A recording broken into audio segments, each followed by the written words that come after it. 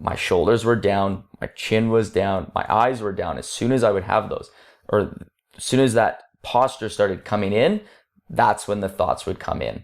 And when I started realizing that and I started making that connection between my body and my mind, I put my shoulders back, I stood up tall, I had my shoulders back, and I was proud of who I was as a man, as a father, and I was able to then just go, you know what? I can do this. And all it took was just a simple body posture, body change in how I stood and how I presented myself.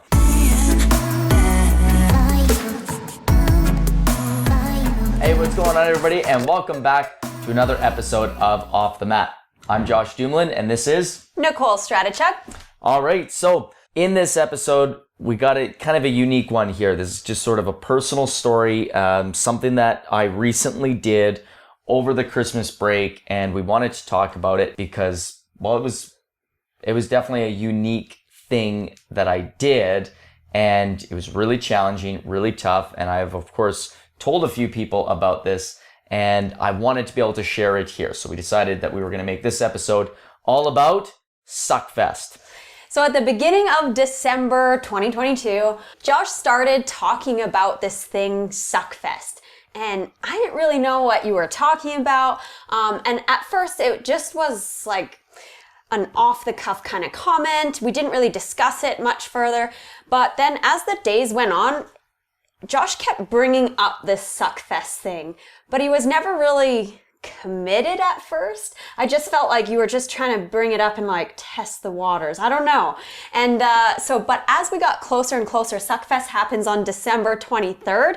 And so as we got closer to that date, it was like a week before we were talking more seriously about it. And I was like, okay, well, I think he's going to do this Suckfest. And so it took us a few weeks to kind of figure out why and when you were going to do this. But let's start. What is Suckfest? Because it honestly took me probably a week or two to figure out what exactly he was talking about. What is it? All right, so what it is, this guy that I follow, Bedros Keuilian, he does this thing every year called Suckfest, and he just puts it on, and you can participate from wherever you are. And every year it's been different. And this one here that we just did was a hike from sundown till sun up. So you walk all night. That's it. That's all it was. But what Suckfest is, it's based off of this ancient Japanese tradition called misogi. And it's the idea of doing something very difficult at the end of the year to ring in the new year and set your intentions for the year ahead. So you're not just setting up, some sort of resolution thing that you're going to break off anyway. It is doing something physically demanding so that way you can test yourself and challenge yourself and push yourself through. So that's what this year's was. This year's was a simple, you walk all night. And really, when you think about that, you just think, well, you just walk all night. It actually sounds kind of easy. And you realize our sundown is 4:30 and our sunup is 8:30. Quite a long time. And I was thinking about, okay, that's great that these friends of yours or Bedros and this group of people that are going to do this Suckfest and hike all night, they're also in California. So I was like, well, that sounds all right, but we're not in California. I'm sure lots of you know that we are based here in southern Alberta. At the time, December 23rd, we were experiencing some really cold weather. So that night in particular, we knew it was gonna be minus 20, minus 25 degrees Celsius.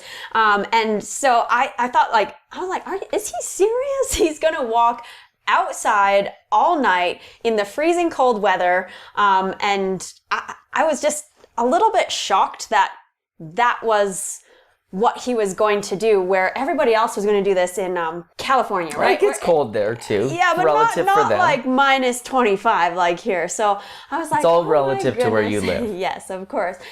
I just thought it was it was going to be a tough thing to do.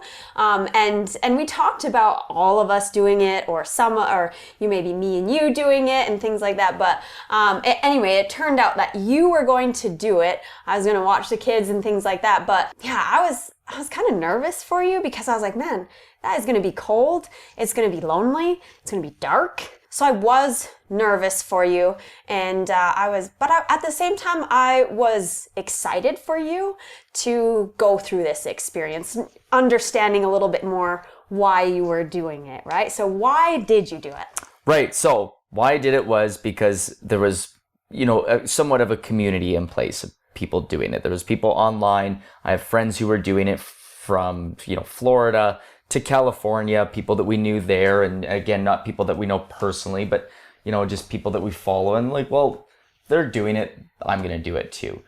Always teaching our, son about doing hard and difficult things. This just seemed like something to do. And I didn't do last year's. I can't remember why, if we were out of town. There was some reason last year I didn't participate in this whole Suckfest thing, but for whatever reason it doesn't really matter. But this year I said, well, we're in town. We're not doing anything. Yeah, the opportunity is The opportunity was there. And it's, I'm going to do this. I'll participate in this. Yeah, that's kind of why I did it. I wanted to push myself and challenge myself with something at the end of the year to really just see, or show myself that, listen, it's really difficult. It's a 14, 15, 16 hour hike or whatever.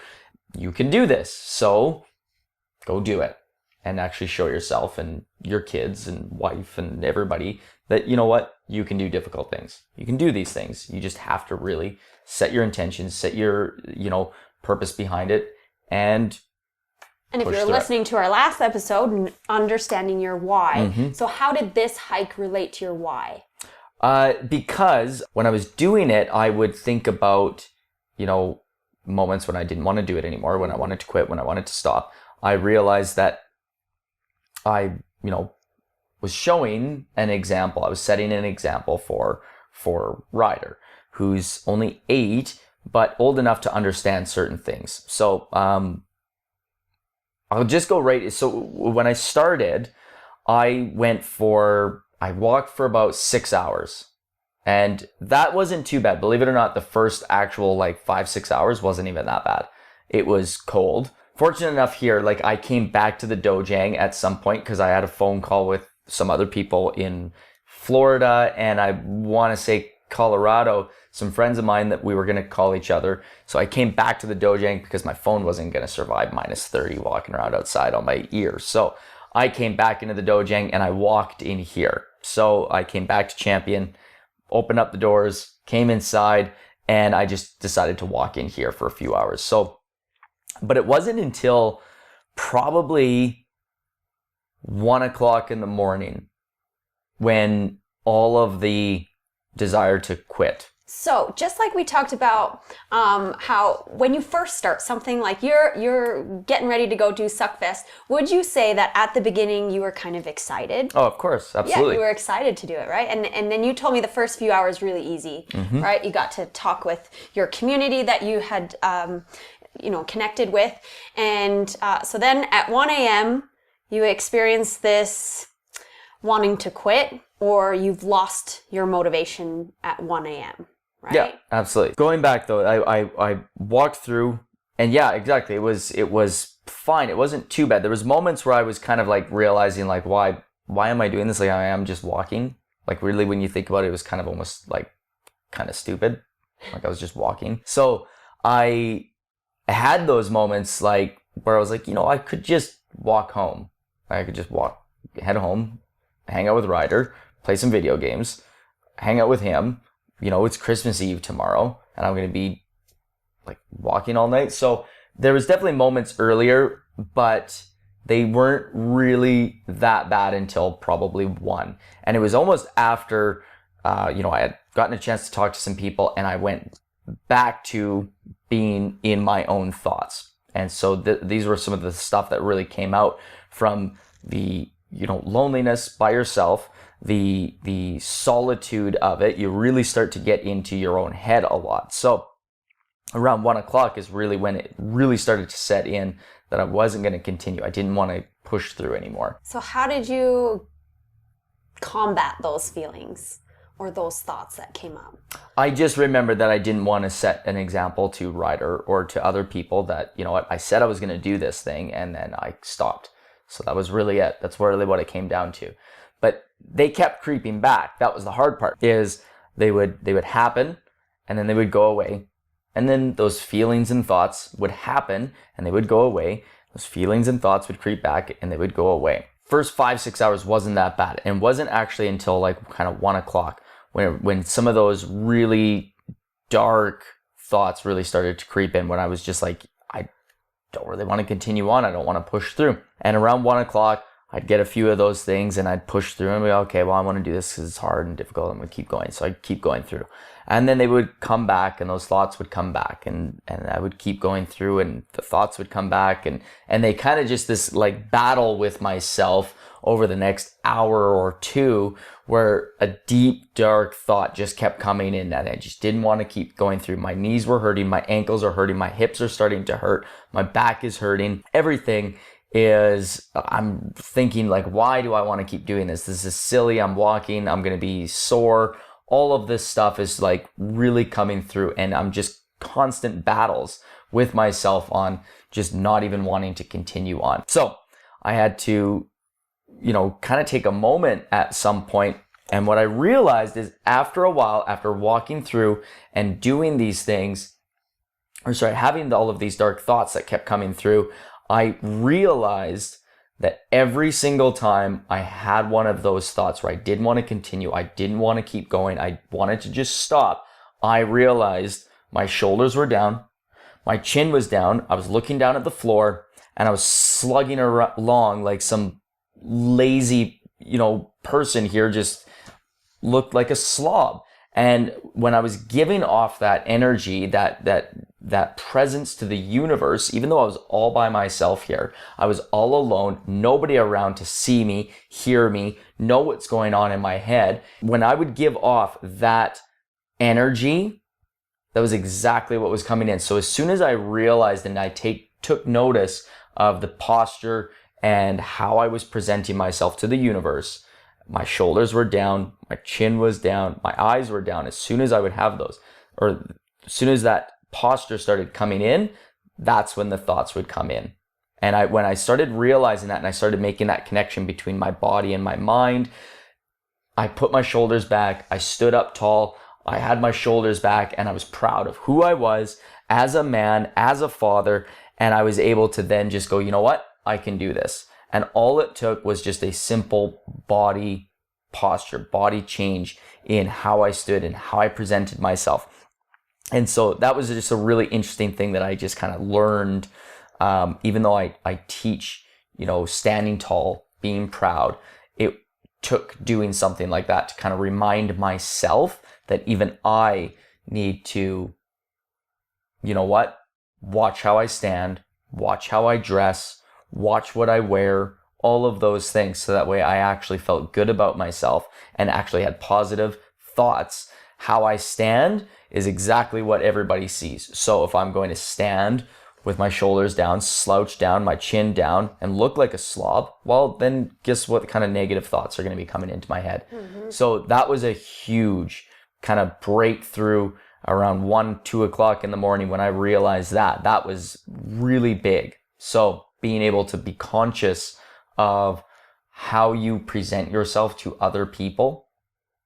And again, I was by myself, so it doesn't even have to be to other people. How you present yourself and what sort of energy you give off, whether you're alone or with people, really makes a big difference. Yeah, I love that piece about energy. Albert Einstein, I can't remember the quote word for word, but he talks about this and he talks about your vibrational frequency. And so in this moment where you felt your energy was down, right? You are slouching, your mind, your thoughts are down, your whole mind, body energy was down. And that's the frequency that you gave off. And so that became your reality. But as soon as you are able to check in, change your vibrational frequency, bring your energy up. Now you're standing tall, your body and your mind were able to match that frequency and you were able to push through, right? That's so cool to see that in action. Oh, absolutely. And it was just actually feeling it go through and everything. That was really something unique. And again, it took me walking for 7 or 8 hours at that point to actually like kind of like realize that. It brings even more importance to the things that we teach in martial arts about confidence, right? I mean, we have to, our bodies and our mind and our hearts all need to match, right? Match energy. So we cannot feel confident if we're like this and talking like this and bent over and slouched over, right? That's why it's so important that we do teach these little intricacies, because it's all working together to increase our frequency, right? To increase our energy so that everything matches and we can have this notion to like persevere through these discomforting moments, right? Definitely. So now, don't get me wrong. I continued, even after that, I continued to have those thoughts, but I was able to switch out of them a lot faster than it took me earlier in the night before I realized that. Because again, as soon as I started having those thoughts, I was getting tired. So of course my shoulders would start to droop. I was getting a little bit drowsy, so my chin would get down. But then I was able to quickly snap out of it a lot quicker, just because I was able to actually elevate myself, remember who I am, and be able to actually continue through. So that was a big lesson I learned, was just being able to actually, really be conscious of how I'm presenting myself to myself and to the world. So how many times throughout the night do you think that you went into that slouching? Too many. Too many. A lot, right? But that practice, right? That practice that you gave yourself to mentally go through that situation, to tell your body to stand up, that was all training from your brain, for your brain and your body to work together to increase your energy. I mean, what a useful lesson to learn, because now you've trained your brain how to react, or sorry, I should say respond to the discomfort that you experience, Absolutely. right? Yep. We don't want to irrationally react to those things. We want to train our brain and our body to be able to respond appropriately and with confidence, right? So I think that's awesome that that's what you experience. And that's the thing, like we all have this, dark passenger that sort of just likes to creep in and tell us certain things and wants to kind of take over the wheel and guide us through. And that dark passenger usually guides us through things that aren't good, right? Like that dark passenger that night was telling me, you know what? You're already at the dojang anyway. Go upstairs. You guys got a big ass couch in the kids' toy room. Why don't you go in there and go have a snooze on the couch? You got a nice killer office. Why don't you go up there and put on a show? You got a nice lunchroom. Why don't you go and have yourself a little coffee and a little break? Home is only, 4 or 5 kilometers away. Why don't you just walk back home and sleep? So it was all of those like dark, little things that were really pulling at me, trying to steer me into something that I really didn't want to do. And so it's just being able to combat that. And for me, it was being able to actually like be present of my body and how I stood and how I presented myself. And remembering that I didn't want to go home. I could have went home. And honestly, like if I had gone home, I was like, yeah, it was really tough. It was really cold. What would you have said? I would have been like, yeah, it freaking was. Well, let's watch the show. Right? Like nothing that night. You probably would have been like, well, okay, whatever. Ryder probably would have been happy I got home. I would have played some video games with him. But a year, 2 years, 3 years, 4 years, 5 years down the road, Ryder one day will remember that moment when Dad said he was going to do something difficult and he came home. So why bitch out and show him that, you know what, it's okay if it's hard, because I just, you know what, it gets hard, just stop. Right. I had mixed feelings when you set out on your night's journey there. Just because it was, I can't remember the day of the week, but it was a night that, we were all home. There was no kids' activities. We weren't called to be anywhere. The four of us just got to be at home. And then for you to go do Suckfest, I did have like these feelings. I'm like, oh man, like we could really have a really nice family night. But I knew the why too. And so really, if you had come home just a couple hours later, a few hours later, I would have felt disappointed. I would have felt disappointed for you and in you. I would have been sad that you didn't complete your objective, and it would have place more doubt. I don't know if that's the right word, but doubt in your capability to achieve your why, right? So I was, of course, I was sad that you weren't there so that, we couldn't have a nice little family night and everything, but I would have been more upset had you come back through the front door a couple hours later. Yep. No, that's just it. And I had to remind myself that. And, had it been pretty last minute, but again, we were talking, I brought this up, 2, 3, 4 weeks before. So there was already this this build up. So, maybe it would have been different. I don't know if I came to you the morning of the 23rd and be like, hey, I'm going to do this thing. You've been like, oh, okay. And then I come home early and you might have been like, oh, okay, cool. Well, you're done. All good. But there was this build up of well, what is Suckfest? What is it? Misogi? What difficult? Oh, okay. There's more behind it.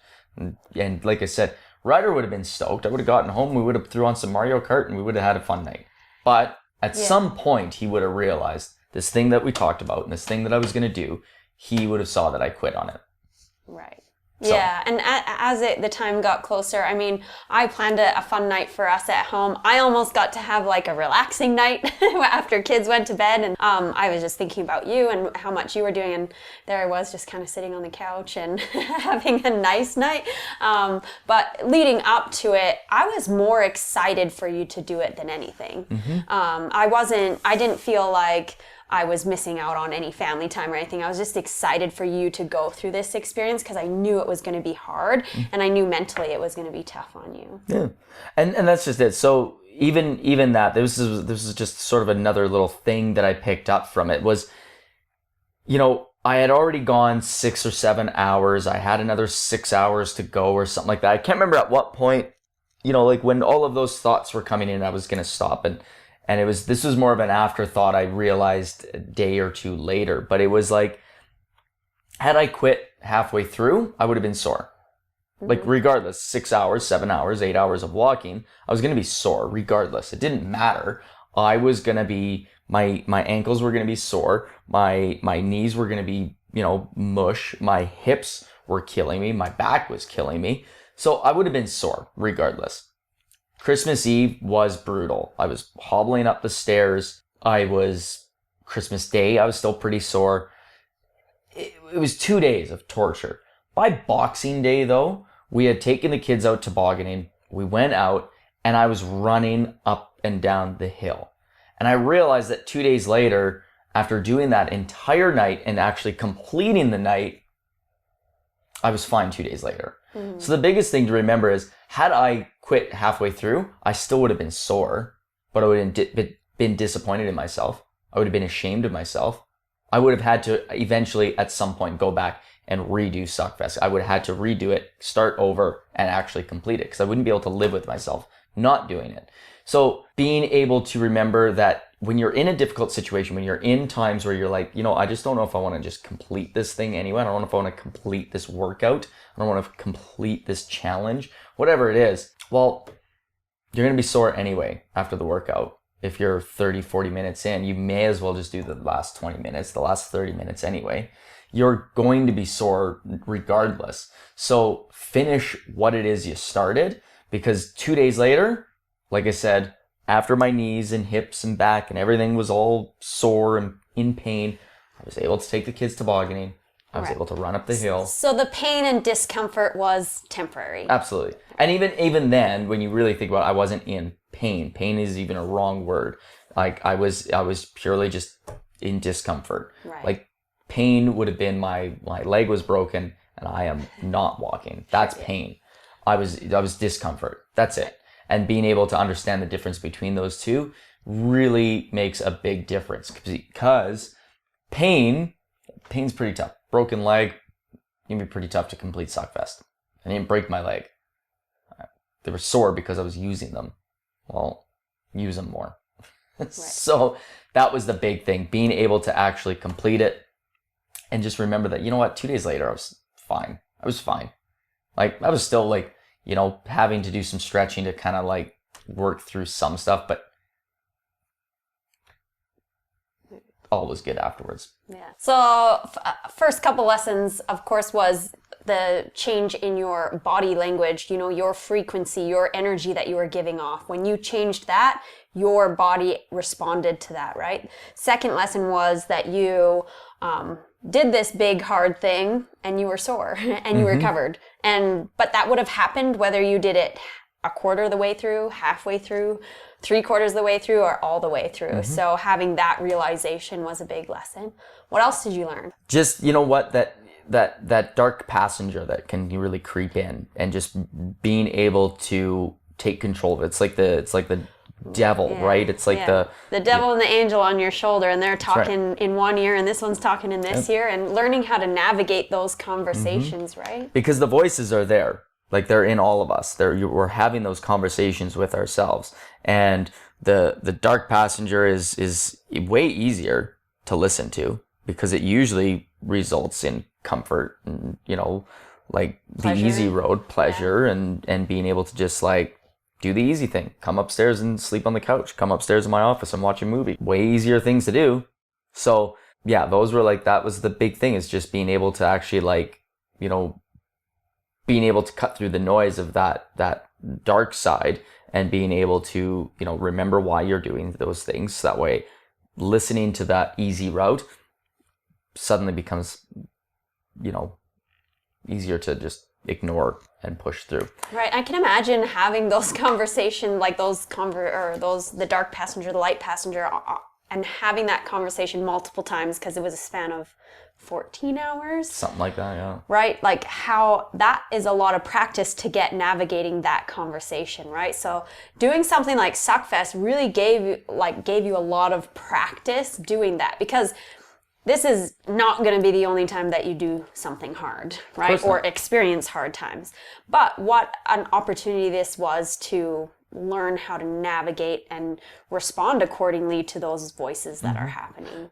And then even that, just being like, when you complete something, remembering that when you do something extremely difficult, and the completion of it. So like I didn't even get to the morning when I walked home, like as I'm walking home and you're actually seeing that sunrise come up, like the emotions and the feelings and the like, I could have walked for another 12 hours. When I started walking home and the sun was coming up, I could have walked, just kept going, because it didn't even matter at that point there. I had completed it. My body was sore, but you finished. And so sometimes actually being able to go back to those moments when I'm doing something difficult and being like, that time I did this, the feeling I had when I completed, So what was the feeling when you completed, when you saw that sunrise come up? What did you feel? Well, there was tons. There was just like joy and happiness, and just, like pride. That's a big one, was pride. Like, actually, it's freezing cold and I've got tears coming down my face because I'm happy. Like, I was actually proud of what I did.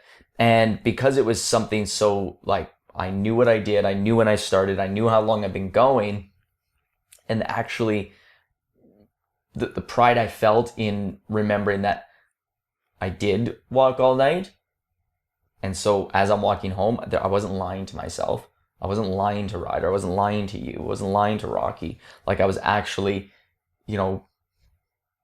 real. Yeah, I remember one of the things that Josh said, or you said to me, was, always keep that promise to yourself, right? Mm-hmm. Whatever goals or plans or promises that you're going to make to yourself, follow through on them. And this was a perfect example of that, because you set out to do this Suckfest, and your feelings and everything else would have been so different had you let go of that promise to yourself to complete this. So, or just not said it at all. I could have just never told you about it and been like, hey, there's not people out there doing this thing and I want to do it. I could have just not put it out there. But I knew by saying it, like, there would be this, hey, you were talking about this Suckfest thing. Are you going to do it? Like, there would have been something that would have come up eventually. So, like, by me saying it, I put it out there.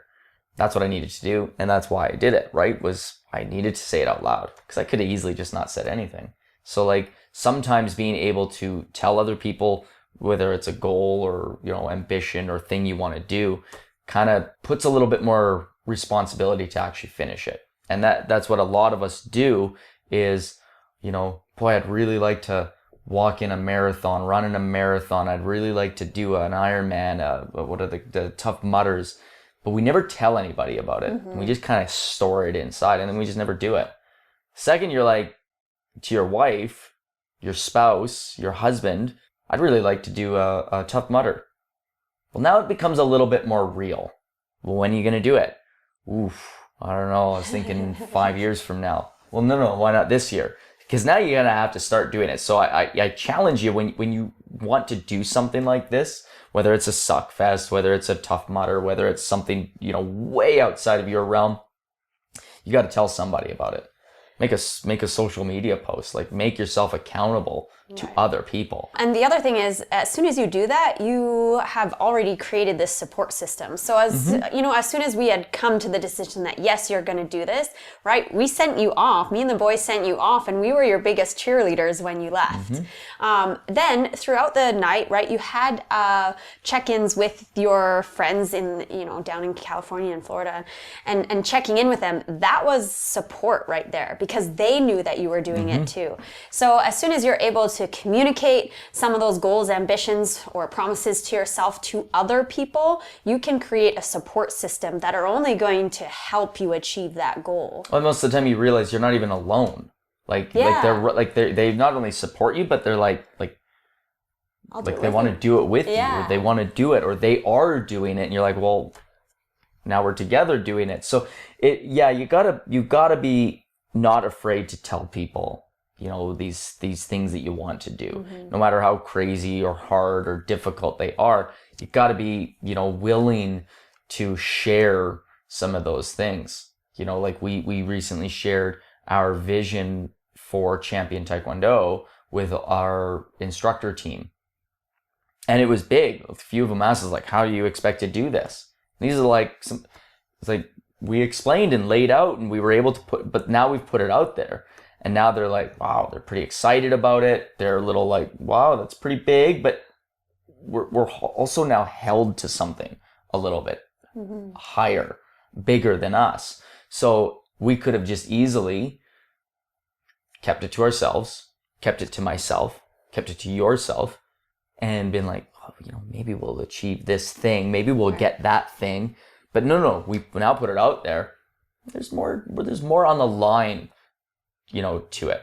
So it's definitely something that, like doing something difficult, like a suck fest, and this could be whatever thing for you, but choose to do something, put yourself in those moments of difficult situations, difficult things, because they really teach you a lot about yourself, who you are and what you are made of.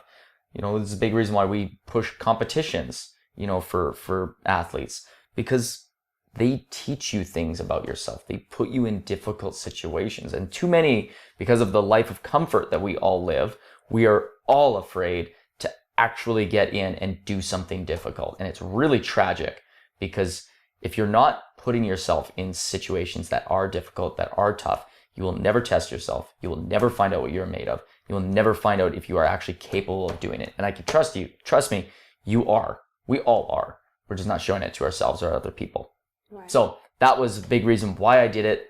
That's why I'm sharing it here with you guys. That way, hopefully, people who do listen to it can be like, wow, that was really tough. And here's the thing. This was Suckfest.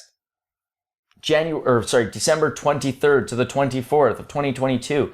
I have a friend of mine who could not. He was working. He's a registered nurse in Northern California. He wasn't able to do it with us because he was working that night, that shift. He did his last weekend. Okay. I think it was this week or over the weekend. He did his. He goes, it was eating at me.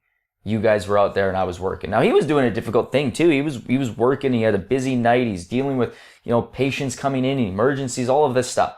But he goes, it was eating at me. I couldn't stand that you guys all did this and I didn't do it. So I'm doing it. And he messaged me. He said, hey, I'm out all night. So, till I went to bed, 10, 11 o'clock at night, I was messaging him. He was like, hey, dude, remember this. all of these lessons that I had learned from it. He goes, that's exactly what I've been telling myself. So it's, even if you can't do it, like you're like, hey, that Suckfest sounds interesting, but I missed it.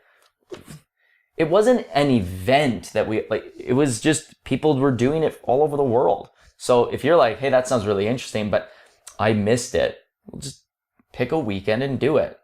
Or find something else. Find something else. Yourself, right? Yeah. Like, because we are all different. We will have different capabilities, right? Maybe a 14 to 16 hour hike in the middle of the night is not something that's right for you, right? But we can all find something that's challenging or that can test our capabilities or test our mental strength. And we can learn a lot from that. So find something that's going to test you. That's right. And that's it. So find difficult things to do, because again, that is where you really, really find who you are and you learn a lot about yourself. So when you're doing those things, really take note, your posture, all of those things. Don't listen to that dark passenger. Don't find comfort. Find the discomfort. Push through and challenge yourself. Anyway, I think that's a wrap on Suckfest. All right, guys, thank you so much for listening to this episode. If you guys learned something, if you liked it, please leave a review for us so that way we know that you enjoyed it. If you enjoy the show, please share it with somebody who maybe needs to hear the message that we just went through about Suckfest. Thank you all so much for listening. Until next time, I'm Josh Dumoulin, and thanks for joining us. This is Nicole Stratychuk. We are off the mat. We'll see you very soon. Thank you.